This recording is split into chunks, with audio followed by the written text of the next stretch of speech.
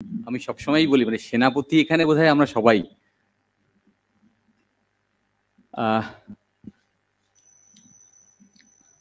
পুলিশের বিরুদ্ধে ক্ষোভ, আর সেই জন্যই বোধহয় আমরা এক জায়গায় জড়ো হয়েছি, বিশেষ করে এই কনভেনশনে। যারা অপরাধী তারা কেউ ধরা পড়েনি, সিবিআই তদন্ত এখনো করে চলেছে বা কখনোই করেনি, আর যারা এই তদন্ত হয়নি বলে রাস্তায় নেমেছিল তাদের পিছনে পুলিশ পড়েছে। এখন পুলিশের বিরুদ্ধে যে ক্ষোভ আছে তা আলাদা করে আলোচনা করার দরকার নেই। আমরা এখানে যারা উপস্থিত হয়েছে অ্যাটলিস্ট তারা সকলেই অবগত। সমস্যাটা যেখানে আমি ধরতে চাই আজকে, এর আগেও বলেছি যে আমরা আমাদের নিজেদের দিকে একটু আঙুল তুলতে হবে। পুলিশকে সবসময় দোষ দিলে হবে না। এই দেশের এই পশ্চিমবঙ্গের কলকাতা পুলিশ বা ওয়েস্ট বেঙ্গল পুলিশ এরা কোনোদিনই আলাদা করে কোনো উল্লেখযোগ্য ভূমিকা গ্রহণ করেনি আমার দেশকে স্বাধীন করার জন্য। সবাই জানেন, তবু একটু মনে করিয়ে দিলাম। আর আমার রাজ্যের মুখ্যমন্ত্রী বা দেশের প্রধানমন্ত্রী নরেন্দ্র মোদী, তারা বা তাদের দল, সেই দল না থাকলেও সেই সব আদর্শ যারা বিশ্বাস করত, তারাও কোনোদিন আমার দেশ স্বাধীনতায় অংশগ্রহণ করেনি। তাহলে আজকে আমরা যারা এখানে উপস্থিত হয়েছি, এই দেশটা যদি আমার মনে করি সত্যি সত্যি, যেমন ভাবে ওই বাড়ির পাশে কেউ পাঁচিল গাঁথতে এলে তেড়ে যাই পাশের বাড়ির লোকের উপরে, যে কেন আমার জায়গা দখল করতে এসছেন, তেমন ভাবে আমার দেশ দখল করতে যখন আসে তখন কি আমরা তেড়ে যেতে পারি? সেই আবেগ থাকে, ভোটের সময় থাকে। ওই সব দলের লোকগুলো আছে, সব মানে হঠাৎ করে দেখি বিরাট উদ্যোগ গ্রহণ করে, চারিদিকে ব্যানার ফেস্টুন লাগতে শুরু করে, একটা বিরাট উৎসব শুরু হয়ে যায়, আর সাধারণ মানুষের গর্দান যায়। এই যে সংখ্যাগরিষ্ঠতাবাদ, এর উপরেই এখন সবাই আমরা বিশ্বাস করতে শুরু করেছি যে এটাই গণতন্ত্র। আর প্রতিদিন সন্ধ্যেবেলা যতগুলো টিভি চ্যানেল আছে, যতগুলো আছে, তারা সব শেষে যেটা বলে আপনারা তো শূন্য, মানে বামপন্থার শূন্য নির্বাচনের নিরিখে, ফলে গণতন্ত্র শেষ ওইখানেই, ফলে আপনার আর কোনো ভূমিকা নেই। যার সংখ্যা বেশি তারাই স্থির করবে। তাহলে দেশের জনগণ এখানে বসে আছে কি জন্য? সংবিধান তৈরি করার সময় এইটা মাথায় ছিল, এটা কোনো নতুন ঘটনা নয়। তাহলে গণতন্ত্রে আপনার ভূমিকা যতটা, ঠিক তেমন ভাবেই সাংবাদিক যারা আছেন বা যতগুলো সংবাদ মাধ্যম আছে তাদেরও একই ভূমিকা, একটু অন্য ফর্মে। আসলে আমার দেশকে রক্ষা করতে হবে, রাষ্ট্র ব্যবস্থাকে পরিচালনা করার দায়িত্ব হচ্ছে একটা নির্বাচিত সরকারের, যারা আপনার প্রতিনিধি। তাই আমরা প্রজাতন্ত্রে বিশ্বাস করি। আর এই যে পুলিশ যা এই অ্যাডমিনিস্ট্রেটিভ দেখতে পাচ্ছেন, এক্সিকিউটিভ যারা আছে, আমরা যদি আমাদের সংবিধানটাকে একটুখানি আরেকবার মনে করার চেষ্টা করি, এই যে সেপারেশন অফ পাওয়ারটা আছে, খুব উল্লেখযোগ্য, মাথায় নিতে হবে। আপনার কাছে কি ক্ষমতা সেটা বুঝতে হবে। সেপারেশন অফ পাওয়ার যেখানে আছে সেখানে এক্সিকিউটিভ, লেজিসলেচার বা জুডিশিয়ারি আলাদা করেছে। আপনি লেজিসলেচারকে সরাসরি নির্বাচিত করে পাঠাচ্ছেন আপনার প্রতিনিধি। এই দেশে যা আছে, এই পুরো দেশটাকে জুড়ে বলছি, এই দেশটার মালিক হচ্ছেন আপনারা প্রত্যেকে। এর মালিক মমতা ব্যানার্জি নয়, নরেন্দ্র মোদীও নয়, তার পুলিশও নয়।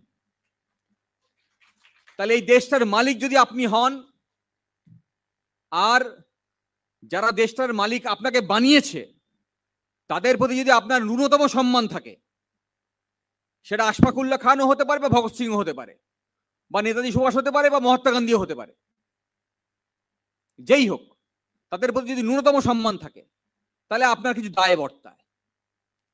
কি দায় বর্তায়? এক, যারা এই লেজিসলেচারের কাছে আপনার রিপ্রেজেন্টেটিভ হয়ে তারা ভোট দেওয়ার, যখন ভোট দিতে এসেছিল তখন যে এই চোতাটা হাতে নিয়ে এসেছিল তার দাবিগুলো পূরণ হচ্ছে কি হচ্ছে না, প্রতিদিন তার খেয়াল রাখবেন কি রাখবেন না। যদি না রাখেন, ওটা যদি আপনার বাড়ির বাচ্চা হতো তাহলে রাখতেন কি রাখতেন না। তাহলে যে দাবি দেওয়ার ভিত্তিতে আপনি তাকে ভোট দিলেন, তাকে আপনার প্রতিনিধি করে পাঠালেন একটা নির্দিষ্ট সময়ের জন্য। তাহলে এই নির্দিষ্ট সময়, তার মধ্যে আপনার কি দায়িত্ব, মানে এই 5 বছরের কথা বলছি, আর 5 বছর পেরিয়ে গেলে আপনার কি দায়িত্ব। একইভাবে এই যত এক্সিকিউটিভস আছে একবারে অ্যাডমিনিস্ট্রেশনের শেষ পর্যায় পর্যন্ত, একবারে আমি কনস্টেবল এখন সিভিক ভলেন্টিয়ার পর্যন্ত যাচ্ছি, তারা প্রত্যেকেই এই আপনার দেশকে রক্ষা করার দায়িত্ব নিয়েছে এবং তাদেরকে পরিচালনা করবেন কারা? এক, যারা আপনার নির্বাচিত প্রতিনিধি, তারা শপথ নিয়েছে সংবিধানের নিরিখে দেশকে পরিচালনা করবে, পরে তারা নীতি নির্ধারণ করবে, আর দেশের আইন, এই দুটো দ্বারা তারা গাইডেড হবে, আর কিছু না। তাহলে পাড়ার পুলিশে, একটা থানায় 20টার বেশি পুলিশ থাকে না, আর একটা পাড়ায় 1000-এর নিচে লোক থাকে না। তাহলে 20খানা পুলিশ রোজ বেআইনি কাজ করছে, আর 1000 লোক দর্শকের ভূমিকা পালন করছে, আর বলছেন দেশকে বাঁচাচ্ছি। আমি এই মাঝখানে যখন নওশাদকে অ্যারেস্ট করেছিল, আমি ওখানে গিয়ে সাংবাদিককে বলেছিলাম এই থানা পুলিশের নয়, থানাটাও সাধারণ জনগণের, কারণ ওটা আপনার পয়সায় চলে। তাহলে এই পুলিশগুলো প্রতিদিন প্রতিনিয়ত আইনকে ভঙ্গ করছে, আইনের উর্দি পরে, মানে যতক্ষণ পর্যন্ত পুলিশের পোশাক পরে আছে ততক্ষণ আপনি পুলিশ বলছেন তাকে। তাহলে পুলিশের পোশাক পরে যার আইনের নিরিখে কাজ করার কথা ছিল, কি আছে? পুলিশ অ্যাক্ট আছে সেই ইংরেজ আমলের 1861, পুলিশ রেগুলেশন অফ বেঙ্গল আছে সেটাও স্বাধীনতার পূর্বের, আর ইন্ডিয়ান পেনাল কোড ছিল সেটা, এইগুলো বা সিআরপিসি ছিল, ক্রিমিনাল প্রসিডিউর কোড ছিল, সেগুলো রিপ্লেস হয়ে 2023 সালে নতুন আইন এসছে। আর আছে দেশের সংবিধান, এর বাইরে তো পুলিশ কাজ করতে পারে না। পুলিশ তো তার প্রেমিকা কি বলবে তার নির্দেশে এখানে থানা পরিচালনা করতে পারে না। তাকে থানা পরিচালনা করার সময় তার যে আইন দেশের সেটা মেনেই করতে হবে। তাহলে রোজ সে আইন ভঙ্গ করছে, আর আপনি এখানে কনভেনশন করছেন, বুঝতে হবে। 2, লেজিসলেচার যারা যারা বলছেন, যারা ওই সংখ্যাগরিষ্ঠের ভিত্তিতে ক্ষমতা দখল করেছে, যাদের শপথ নিয়েছে সংবিধানের নিরিখে পলিসি নির্বাচন করবেন, পলিসি প্রণয়ন করবেন, তারা প্রতিনিয়ত জনবিরোধী নীতি প্রণয়ন করছেন বা রাষ্ট্র পরিচালনা করছেন। আপনি বসে আছেন, আর এই যখন পরিস্থিতি, এইসব আশঙ্কা ছিল যখন সংবিধান প্রণয়ন হচ্ছে, এইসব সব আশঙ্কা ছিল, আর ছিল বলেই কতগুলো স্বশাসিত সংস্থা সংবিধান দেখেছে যে এই যে WBCS অফিসারটা হবে, পাড়া যে বিএলআরও থাকবে বা বিডিও থাকবে, যারা আপনার পাড়ার অ্যাডমিনিস্ট্রেশনটা চালাবে, তারা যাতে নিরপেক্ষভাবে এই প্রশাসনকে পরিচালনা করতে পারে তার জন্য তাদের একটা সার্ভিস রুলস আছে, সেটা পুলিশের জন্য অ্যাপ্লিকেবল। এই সার্ভিস রুলসে বলা আছে যতক্ষণ আপনি অফিসটাকে হোল্ড করবেন ততক্ষণ কোনো পলিটিক্যাল কালার আপনার থাকবে না, কোনো পলিটিক্যালি বায়াস আপনি হতে পারবেন না। যদি হন তাহলে আপনার বিরুদ্ধে বিভাগীয় তদন্ত হবে। তাহলে এই নিরপেক্ষতা নিশ্চিত করার জন্য পাবলিক সার্ভিস কমিশন তৈরি করা হয়েছিল, এবং পাবলিক সার্ভিস কমিশনের যে আইনটা মানে 316 ধারা সংবিধানে আছে, যখন এটা নিয়ে আলোচনা চলছে যে তাহলে পাবলিক সার্ভিস কমিশন কারা গঠন করবে, যদি পাবলিক সার্ভিস কমিশনকে নিরপেক্ষ রাখতে হয় তাহলে কারা গঠন করবে, তাহলে সেইখানে কি কি ক্ষমতা দিলে তাদের এই ইমিউনিটি রক্ষা করা যাবে, এইসব সমস্ত আলোচনা করে একটা নিরপেক্ষ পাবলিক সার্ভিস কমিশন গঠন করার জন্য আইন তৈরি করা হয়েছিল সংবিধানের মধ্যে। 2012 সালে এসে হেলথ রিক্রুটমেন্ট বোর্ড তৈরি হয়ে গেল, পুলিশ রিক্রুটমেন্ট বোর্ড তৈরি হয়ে গেল, group C group D recruitment board তৈরি হয়ে গেল। তাহলে যতগুলো রিক্রুটমেন্ট আগে ডাক্তারদের থেকে শুরু করে যতগুলো রিক্রুটমেন্ট আগে পাবলিক সার্ভিস কমিশন করত, সেগুলো সেপারেট বোর্ড করে দিল, যার কাছে কোনো ইমিউনিটি নেই। আমরা দর্শকের ভূমিকায় ছিলাম। আর আমি নিজে মামলা করেছি বলে তথ্যটা জানি, 2013 সালে আমার জানা 50 জন স্বাস্থ্যকর্মীকে 1 বছর কাজ করার পর রেগুলারাইজ করেছে। আমি জাস্ট উদাহরণ হিসেবে, ডাক্তার আছে বলে লোকটা সামলাতে পারলাম না, জানিয়ে দিলাম। জানে আমরা যেখানে কেউ রিক্রুটেড হচ্ছে তিনি কি জানতেন না, তিনি তার গা বাঁচিয়েছেন, তার চাকরি বাঁচিয়েছেন।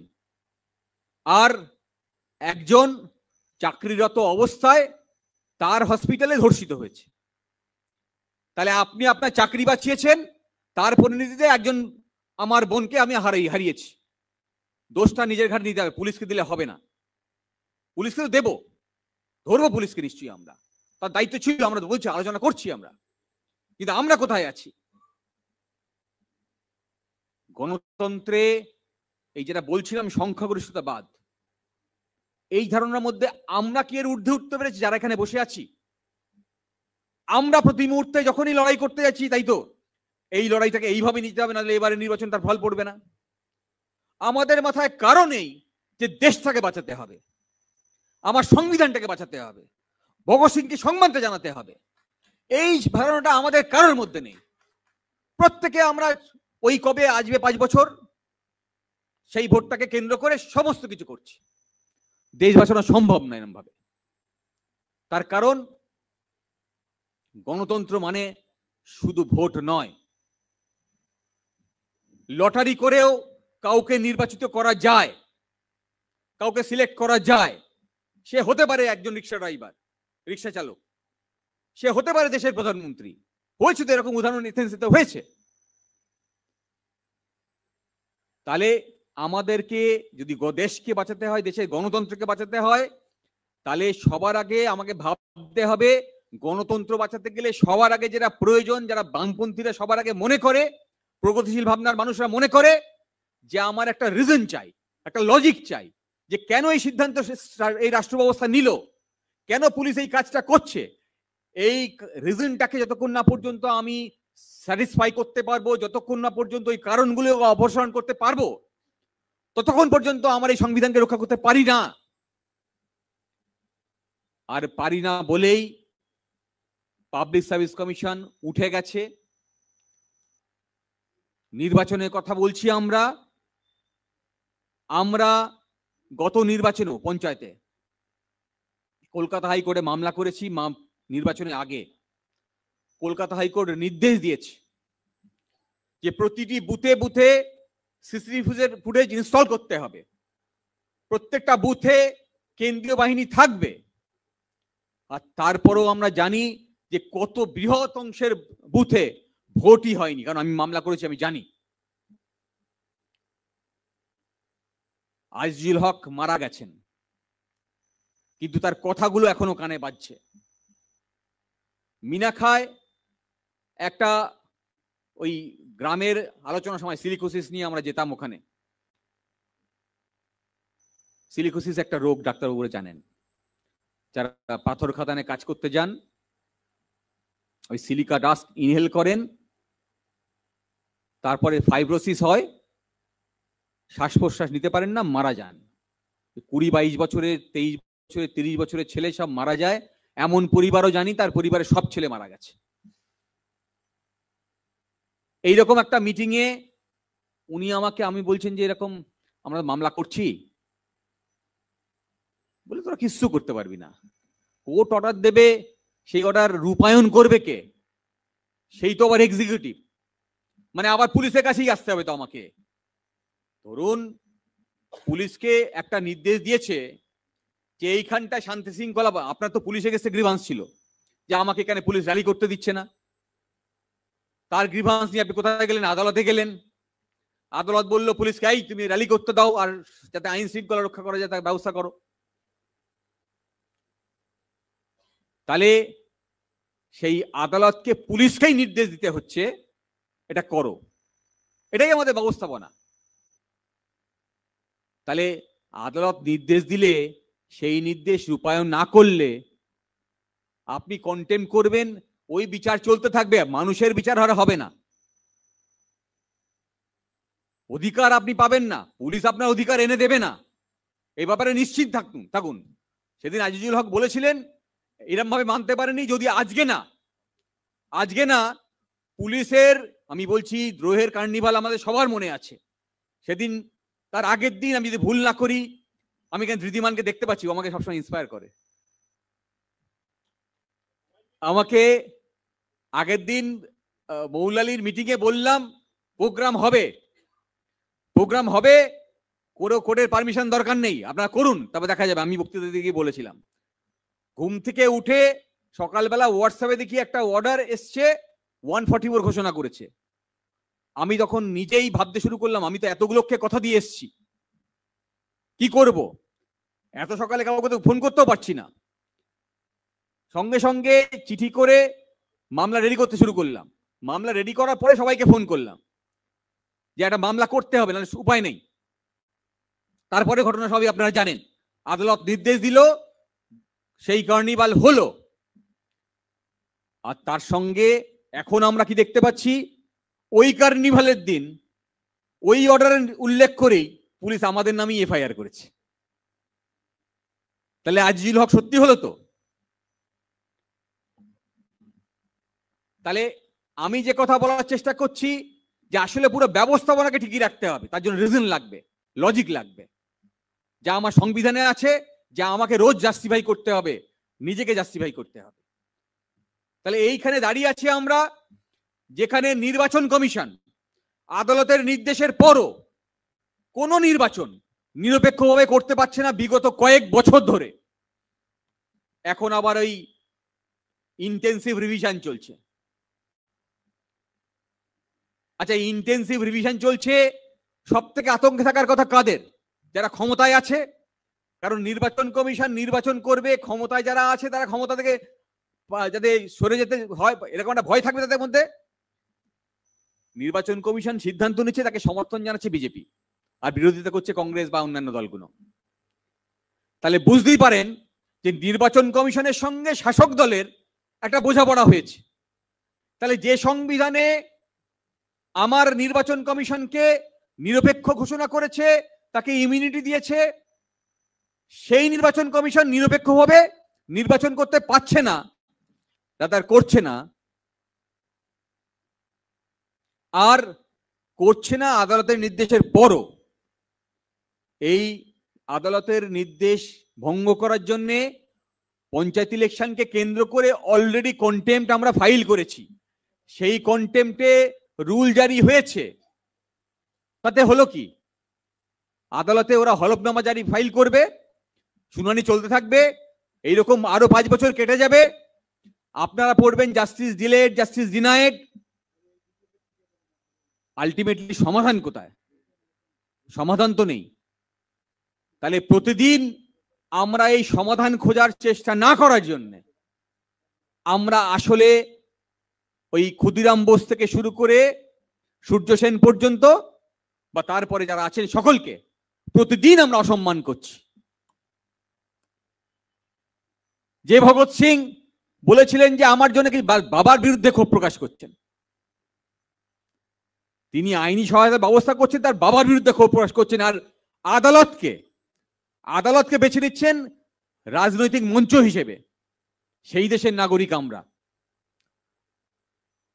আমরা এখনো ভোটের উপর নির্ভর করছি। একটু যদি বাঁচতে হয়, আমি নির্বাচনের বিরোধিতা করছি না, কিছু ভয় করে আমাকে ভুল বুঝবেন না। আমি বলছি এমন একটা ব্যবস্থাপনার মধ্যে আমরা এখন দাঁড়িয়ে আছি যে ব্যবস্থাপনায় নিরপেক্ষভাবে নির্বাচন করতে পারবেন না, যে ব্যবস্থাপনায় নিরপেক্ষভাবে একটা বিডিওকে নিয়োগ করতে পারবেন না। যতগুলো স্বশাসিত সংস্থা ছিল সব নষ্ট হয়ে গেছে। তাহলে দেশের সংবিধানকে কি করে বাঁচাবো? আপনার দায় আছে কিনা? ভারতবর্ষের সংবিধানের প্রথম লাইনটাই হচ্ছে we the people of India.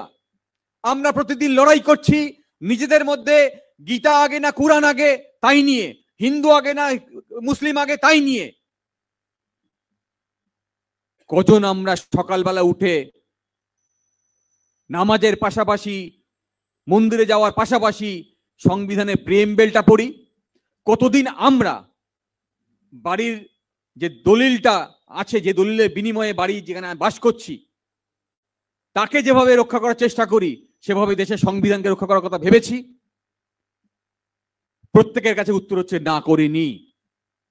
যদি করতে হয় তাহলে যে মিথ্যে মামলা দেওয়া পুলিশগুলোকে সোজা করতে হবে, আর সোজা করতে গেলে নিজের সিদ্ধাটাকে সোজা করতে হবে, আমাদের সিদ্ধাটাকে আরো শক্ত করতে হবে। সেটার একটু অভাব আছে এখনো। আর সেটা না করতে পারলে আমার দেশের সংবিধানকেও বাঁচাতে পারবো না, আর এই মিথ্যে মামলাকেও আটকাতে পারবো না। আমি শেষ করছি, আশা করছি আমরা আগামী দিনে এই সংকল্প গ্রহণ করতে পারবো, যাতে আমার দেশকে রক্ষা করতে পারি, আমার সংবিধানকে রক্ষা করতে পারি। নমস্কার।